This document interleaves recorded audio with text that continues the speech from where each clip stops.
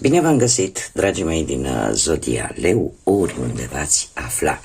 Bine ați venit tuturor pe canalul meu, Tarot Flor de Loto. Numele meu este Nina, pentru cei care nu mă cunosc, și ca de obicei mă bucur să vă am alături la fiecare lectură, atât pe dragii mei abonați, cum de asemenea și pe cei care poate sunteți pentru prima oară aici pe canal. Azi voi face o lectură atemporală, fără limită de timp, o lectură pe care voi să o puteți urmări oricând doriți sau atunci când apare în viața voastră.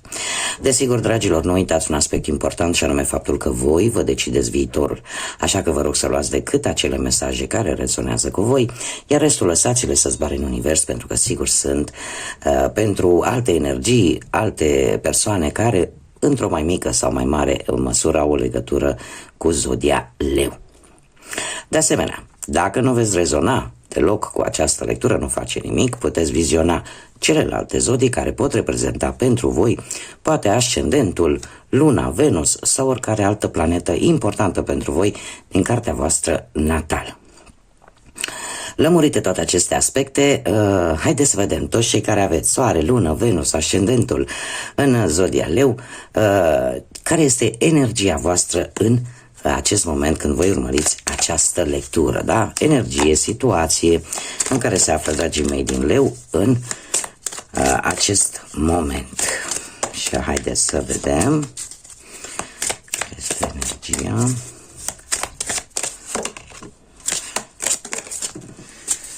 Bun. Și avem o energie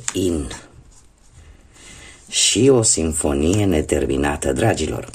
Se pare că sunteți într-un moment un pic cu o energie un pic mai feminină. Asta ce înseamnă? Că poate sunteți mai creativi sau aveți emoții așa un pic mai... Vă emoționați foarte ușor. Pentru doamne, sigur, asta poate nu este o problemă, da? Pentru că noi suntem o energie feminină, da? Dar pentru domni, lucrul ăsta, energia asta vine cu manifestarea emoțiilor, cu o stare poate de... cum să spun eu, de altruism, de ce nu, de a-l ajuta pe celălalt, da? Avem aici, de asemenea, posibil, unii dintre voi să simtă nevoia mult mai acut să trăiască în pereche, de exemplu, da? Sau, pur și simplu, să simțiți nevoia că parcă nu puteți să faceți nimic fără cel drag lângă voi. Cumva sunteți într-o perioadă în care lucrurile parcă se armonizează așa, au un pic de armonie. Faptul că avem această simfonie neterminată, da, așa este titlul acestei cărți, asta îmi vorbește că o anumită situație e posibil să înceapă deja să treacă printr-un proces de transformare. Ce înseamnă asta? Înseamnă că ceva se va concluziona sau tu ești pe punctul de a concluziona ceva, de a termina ceva, indiferent de ce aspect al vieții vorbim. E ca și cum mai spune, în sfârșit pot să răsuflu ușurat pentru că, uite, termin cu tare problemă sau rezolv cu tare situație, da? Este o etapă, un capitol din viața voastră în care în sfârșit ceva se termine, în sfârșit ceva se concluzionează și vă pregătiți cumva de noi începuturi, da? Eu aș spune că este un pic... nu știu, e o energie transformatoare, da? Și niște schimbări foarte majore sau poate un nivel de înțelegere major, da? Înțelegeți mult mai bine anumite lucruri, dar impulsionați cumva de această energie feminină, da? Impulsionați cumva de această energie de înțelegere pe care poate până acum nu prea ați băgat-o în seamă. Acum trebuie să știți că fiecare, indiferent că suntem femei sau bărbați, toți avem atât o energie yin, cum și o energie yang, adică energie feminină și energie masculină. Bun, haideți să vedem. S-a întors o carte până să apuc să le amestec. Un 5 de monede. Aici vă frământă ceva. Pe unii dintre voi vă frământă anumite lipsuri. Poate să fie lipsuri materiale, poate să fie lipsa unui loc de muncă sau poate să fie lipsa sentimentelor. Haideți să vedem, tot ies cărți, sunt nerăbdătoare să ne spună povestea. Dragilor, pe plan profesional aveți un rege de spade care îmi spune că e posibil ca cineva să aibă așa un comportament care pe voi să vă cam deranjeze la locul de muncă. Da? Poate să fie vreun șef, vreun coleg sau poate un asociat, dacă aveți propria voastră afacere. Cumva este cineva acolo care nu prea, voi traversați o perioadă un pic, cum am văzut bine, cu energie feminină și parcă nu prea îl interesează sau o interesează pe această persoană problemele tale personale și de multe ori asta te face să spui, știi, îmi vine să plec, îmi vine să schimb locul de muncă. Avem un 7 de spade. Hei, trebuie să vă spun. De unde vine acest comportament care vouă nu vă place? Pentru că există totuși, nu știu dacă tot aceeași persoană sau mai există cineva, da, legătură foarte mare cu zodii de aer. Gemeni, Balanță sau Vărsător. Asta trebuie să vă spun. Mai există cineva acolo care,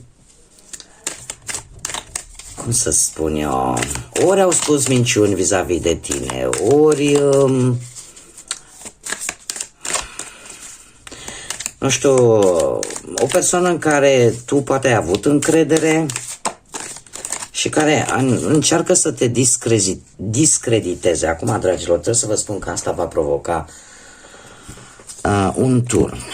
Asta va provoca o transformare majoră.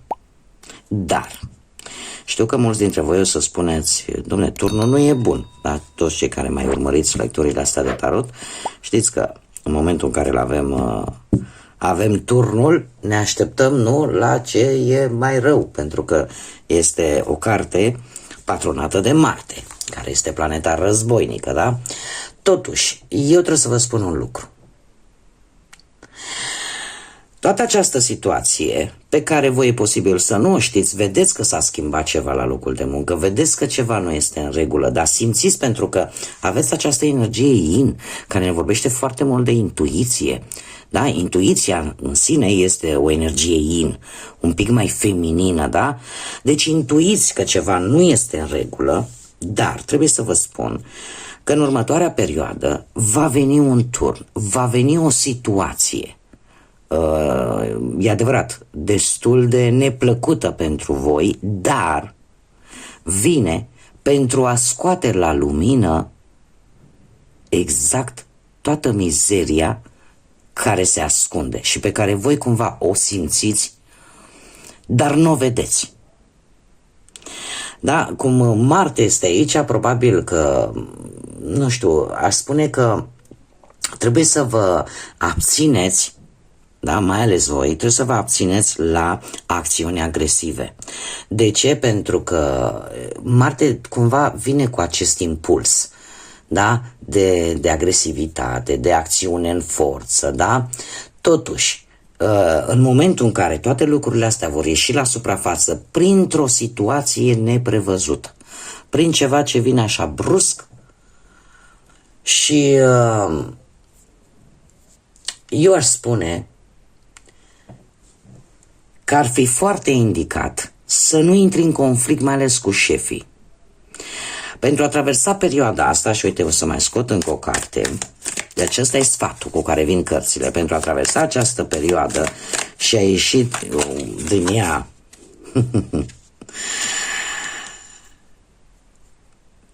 deci, haideți că avem spânzuratul, ca să ne lămurim. Pentru a încerca să eviți sau, să zicem, daunele să nu fie atât de mari, să nu te afecteze pe tine în mod atât de direct, trebuie totuși, cum am mai spus, să-ți păstrezi cât poți tu de mult calmitatea, să nu răspunzi la provocări, pentru că ele vor ieși la suprafață. Chiar dacă te vei simți blocat, chiar dacă vei simți că te sacrifici foarte mult. Da? Deci, cărțile mie asta îmi transmit în acest moment pentru cei care se regăsesc în acest mesaj. Încercați pe cât puteți de mult să, cum să spun eu, să aveți acel instinct de supraviețuire. Da? Și să vă cunoașteți un pic interesul. Îmi cer scuze dacă se mai aud voci pe fundal. Ăsta e locul unde stau și pereții sunt foarte subțiri și vecinul se pare că a considerat că trebuie să vorbească mai tare decât în mod normal. Și e posibil să se audă poate chiar și muzică, sper să nu mi întrerupă, să nu scoată video din cauza asta. Dar, revenind, îmi cer eu scuze pentru toate aceste mici inconveniente, revenind la treaba noastră aici. Deci, într-adevăr, există niște jocuri pe la spatele vostru care vor provoca tot felul de discuții în contradictoriu posibil, vor provoca anumite tensiuni, anumite conflicte, la care cel mai bine ar fi ca voi să nu participați sau să nu le alimentați, da? Să vă păstrați cât puteți voi, să faceți acest sacrificiu. De ce? Pentru că, încă o carte, te rog, pentru că spânzuratul îmi vorbește de un sacrificiu mare. Pentru că asta nu va face altceva decât să schimbe efectiv tot.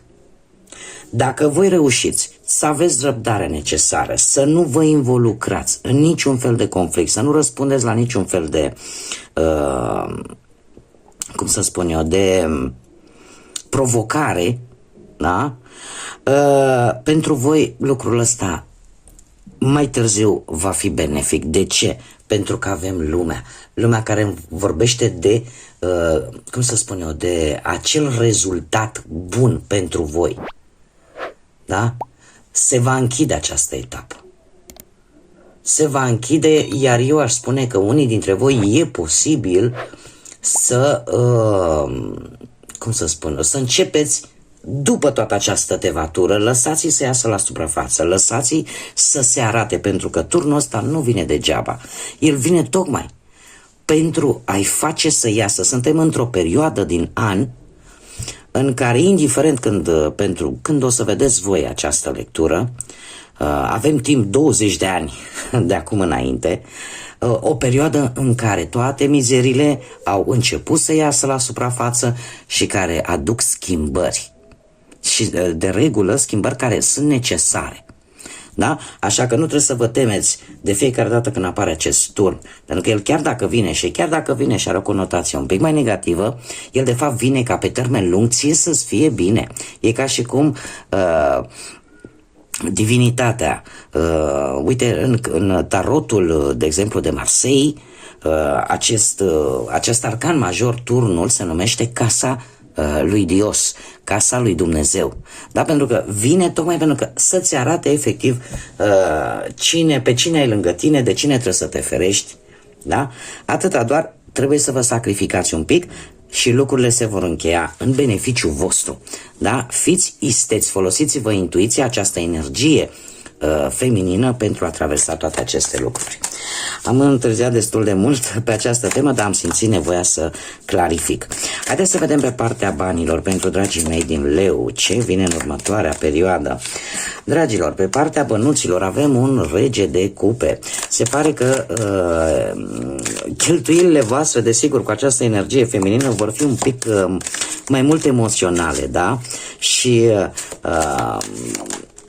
trebuie să vă zic că sunt șanse mari, da, sigur, sunt șanse mari ca o anumită sumă de bani pe care voi ați dat-o cu ceva timp în urmă sau poate mai mult timp în urmă, cumva să se întoarcă la voi. Da, să se întoarcă la voi într-un mod total neașteptat. Haideți să vedem încă o carte, te rog.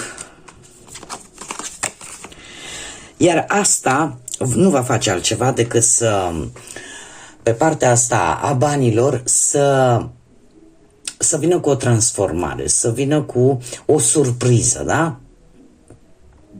Dar e posibil, mai ales dacă ați traversat perioade destul de nefaste, destul de negative, e posibil să e posibil să vă vină așa, nu știu, hazardul să vă facă o surpriză din punct de vedere bănesc. Faptul că mai avem și un 4 de monede, asta îmi spune că îți vei da seama cumva, probabil că vei ieși din această energie yin și vei reveni la energia ta yang, care te va face să fii mai chipzuit, să nu prea dai drumul ușor la bani, da? Și cu o mică atenționare, și anume de a nu pune preț numai și numai pe bani. Da? Deci cumva, chiar dacă poate ai avut ceva probleme, ele se vor rezolva din punctul ăsta de vedere material. Haideți să vedem pe partea dragostei. Prima oară pentru cei care sunteți într-o pereche. Pentru dragii mei din Leu, cei care sunteți într-o pereche. Dragilor, în ultima perioadă, aș spune că ai avut ceva de rezolvat în relația ta. Acum, poate că ți-ai dat seama că ești singurul care poți rezolva acea problemă, dacă ai avut-o. Cumva ai început să te pui în mișcare și faptul că ți-ai dat seama că sunt lucruri care depind de tine, ca relația ta să funcționeze în cazul în care sunt probleme, te-ai echilibrat un pic. De ce? Pentru că avem moderația care îmi vorbește de a te sprijini.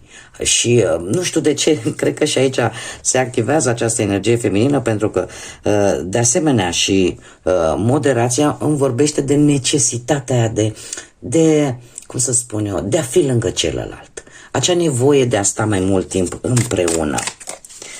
Da?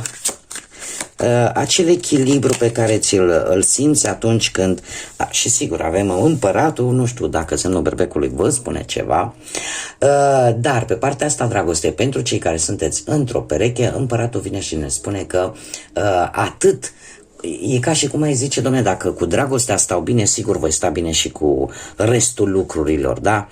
Cumva sunteți mai organizați, sunteți pe aceeași lungime de undă, aceeași lucruri pe care și le dorește celălalt. Posibil și acest lucru, cum de asemenea posibil ca unii dintre voi, într-adevăr, să aibă legătură cu cineva, poate dintr-un semn de foc sau chiar din semnul berbecului.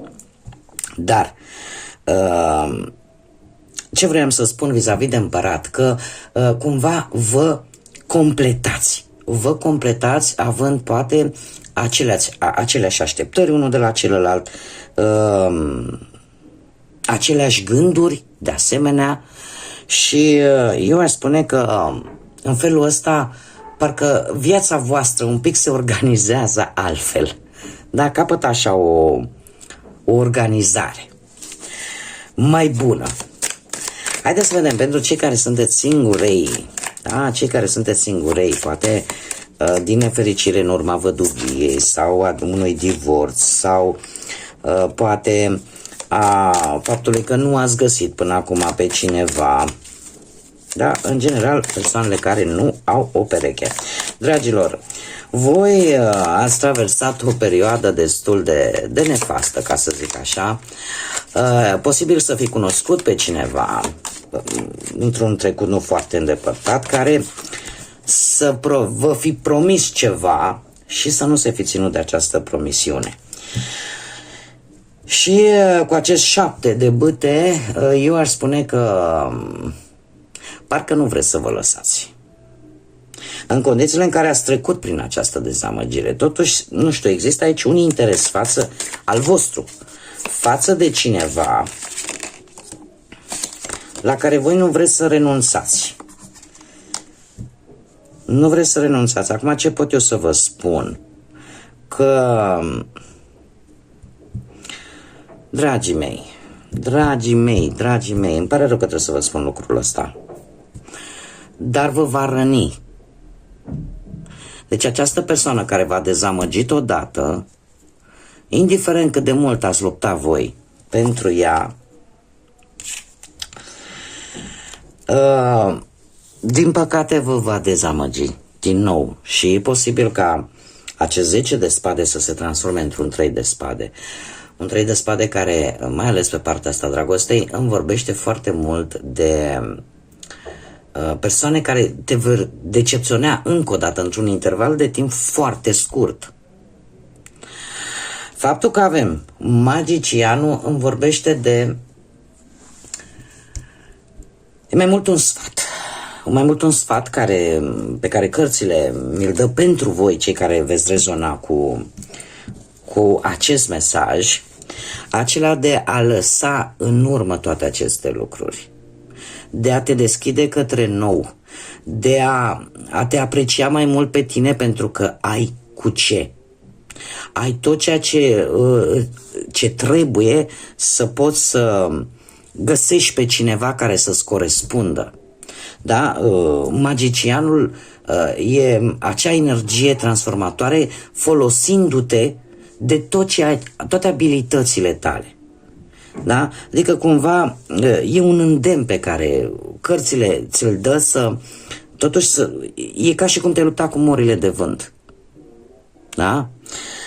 Doamne, sper să nu se audă foarte tare muzica vecinilor și în felul ăsta să nu pot să public videoclipul. Da? Deci, dragilor, cam asta este situația, din păcate, pentru cei care sunteți singuri. Acum, ca și zodii, îmi apar din nou zodii de aer. Gemeni sau Balanță. Da? Gemeni sau Balanță. Ce ar mai fi de spus? Că... Nu, deci e clar, acest, cum să zic eu, voi sunteți, e posibil să fiți, tocmai pentru că vă simțiți răniți și aici trebuie să evitați. Cu acest 7 de bâte, care îl are și pe Marte, să evitați să deveniți agresivi, deci mai bine lăsați lucrurile așa cum sunt. Bun, v-a dezamăgit. Și încercați să căutați în altă parte. Deschideți-vă către alte zone, alte persoane. Da? Pentru că aici mi-apare totuși și o tendință de agresivitate, dacă Marte e acea planetă războinică, da? Și e posibil să faceți lucruri din impuls. Da? Așa că mare grijă. Care este spiritul animal care vă dă un sfat astăzi? Este prietenul, este câinele, care îmi spune în felul următor: azi te voi iubi necondiționat. Energia și entuziasmul stă în inspirație. Aleg să fiu fericit, fericită și te protejez și îți sunt prieten. Este spiritul câinelui, da? Și așa cum știm, în general, animăluțele de companie, dar cu predilecție câinii, da? Cățelușii, sunt foarte, ne iubesc necondiționat. Se bucură indiferent că de multe ori poate îi pedepsim sau de multe ori poate nu ne comportăm într-o manieră chiar bună cu ei, dar ei întotdeauna te vor iubi necondiționat și se vor bucura întotdeauna când ne văd, când ne întoarcem acasă. Am și eu un cățeluș care de fiecare dată când mă întorc acasă, când sunt plecată, chiar și pentru foarte puțină vreme, deci în permanență se bucură. Care este de fapt mesajul acestui spirit al câinelui, al prietenului, și anume faptul că ai în tine toată această energie, tot acest entuziasm, toată această inspirație. Tu trebuie să alegi să fii fericit, fericită. Da? Și să alegi să te protejezi în primul rând pe tine și să te deschizi către alte persoane, către prieteni, către oamenii care sunt ție dragi și pe care tu îi ai lângă tine, da? Bun, haideți să vedem ce mesaj au îngerii pentru voi, dragii mei din Leu. O să fie, cred că, cea mai lungă lectură din această serie de lecturi, dar nu îmi pare rău pentru că voi meritați din plin, sunteți deosebiți ca întotdeauna. Și avem așa, proiect creativ. Se pare că sufletul tău simte nevoia să-și exprime creativitatea și cum nu, cu această energie feminină de yin, nu? Noi te animăm să scoți în afară această creativitate, arta pe care o ai în interiorul tău. Expresia artistică aduce cu sine pasiune pentru viață și aduce fericire și acea vivacitate, de acea dorință de a trăi la maxim viața. Acum, am două variante aici. E posibil ca unii dintre voi, nu știu, să aveți un hobby, să aveți ceva legat poate de artă. Poate că simțiți nevoia, nu știu, vă place să pictați, vă place să cântați, vă place să dansați, vă place, nu știu, aveți ceva legătură cu arta, dar care până în acest moment a rămas decât la nivelul de hobby și nimic mai mult.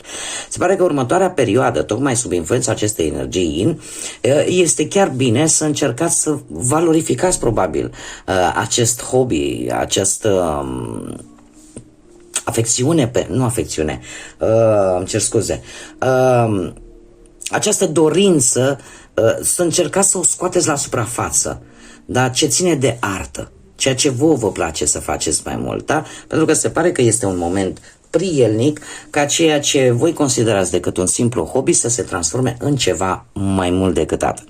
Și mai am a doua variantă care îmi spune în felul următor, că ai multe de oferit, ai multe în interiorul tău pe care trebuie să le scoți la suprafață. Nu merită să rămâi blocat în ceva ce nu te caracterizează, da? Și să încerci cumva să scoți la suprafață exact acele calități pe care tu le ai și să nu permiți ca lucrurile negative să te închidă, da? Și să nu fii tu. Da? Bun, dragii mei, aceasta a fost lectura pentru voi cu scuzele de rigoare. Dacă se aude pe fundal zgomot, voci, muzică neplăcută, cu scuzele de rigoare, sper să nu se întâmplă nimic și să pot publica acest video, să nu am belele să mi se spună că îmi trebuie drepturi de autor, dar așa sunt zidurile pe aici, în Spania, foarte subțiri și cam asta este situația, da? Bun, dragii mei, eu vă doresc ca următoarea perioadă să profitați din plin de toată această energie feminină și să vă folosiți intuiția, să fiți înțelepți în primul și în primul rând și să dea Dumnezeu să aveți parte de toată înțelepciunea și de toată lumina, atât în gânduri cât și în suflete. Așa că, dragii mei, cu mulțumirile de rigoare pentru like-uri, pentru mesaje, pentru distribuiri, pentru faptul că unii dintre voi sunteți noi veniți aici pe canal și eu mă bucur pentru acest lucru, chiar și pentru cei care încă nu v-ați abonat. Dacă ați rezonat, dacă vă plac aceste lecturi, nu ezitați, abonați-vă, eu vă aștept cu mare drag aici. Cum de asemenea, același lucru, dacă ați rezonat sau poate pur și simplu v-a plăcut, nu ezitați, nu uitați de like-uri, de distribuiri și de comentarii pe care eu abia le aștept. Așa că, dragii mei din leu, numai bine vă doresc, chiar până data viitoare când ne vom reîntâlni, să fiți iubiți, dragilor!